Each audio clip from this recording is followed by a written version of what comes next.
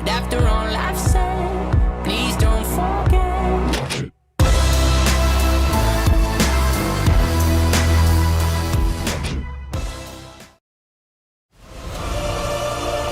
A hero.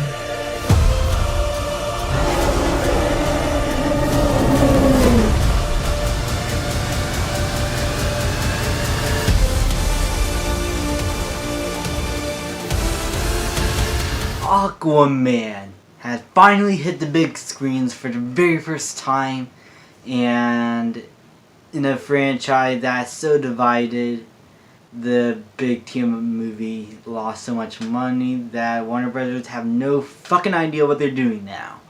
This tells the story of Arthur Curry, who is born in the surface world with his parents who raised him, and when he is forced to be brought to the sea, to Atlantis, to challenge his brother, he has to stop this war that he is trying to put upon the surface world and Atlantis.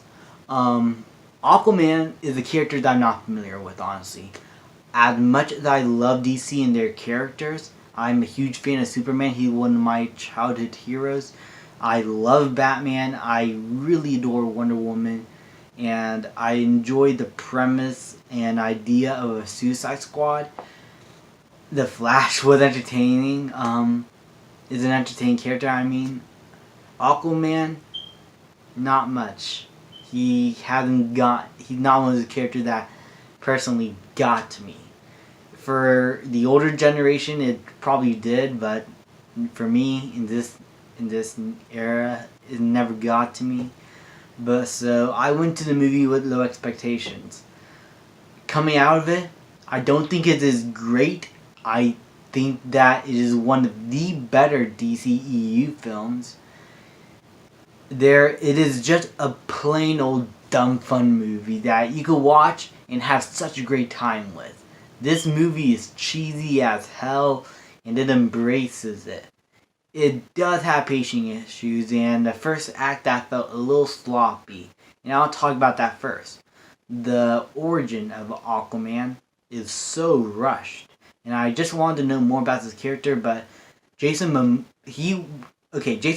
was great, and his story was great. I just wish that his origin was just better. I thought that he could have been given a lot more development and a lot more screen time as a youth, learning how he became the Aquaman from point A to point B. And that's one of my biggest issue with the film is the origin of Aquaman. The first act just felt very quick, and it's also because of that pacing. After that, the movie just becomes a total blast of variety when the plot gets going and the main mission starts.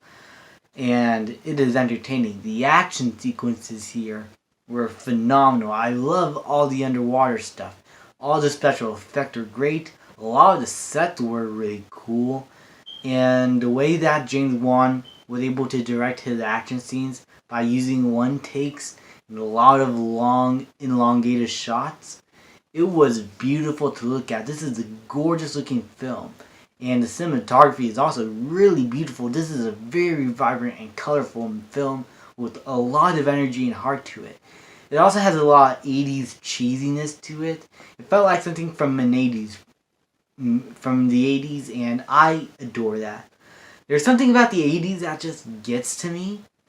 I don't know what it is, but this movie has that sort of tone and cheesy vibe to it.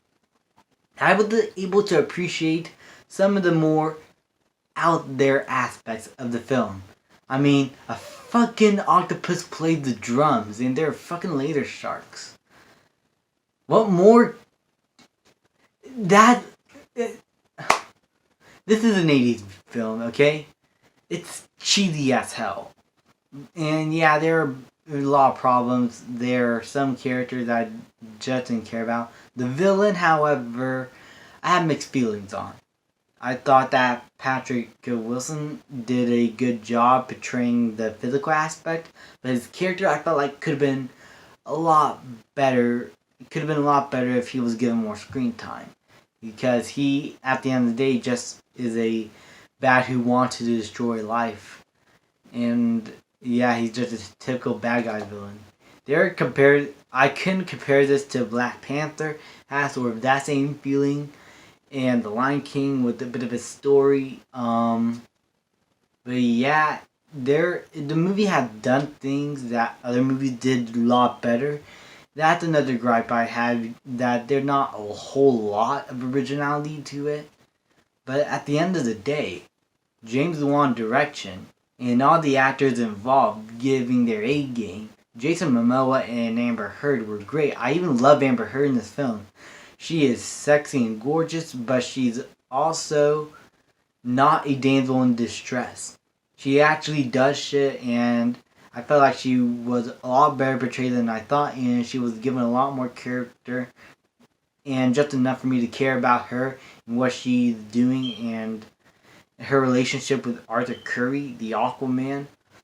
I thought it was well done. I thought it was great, and I love their chemistry with one another.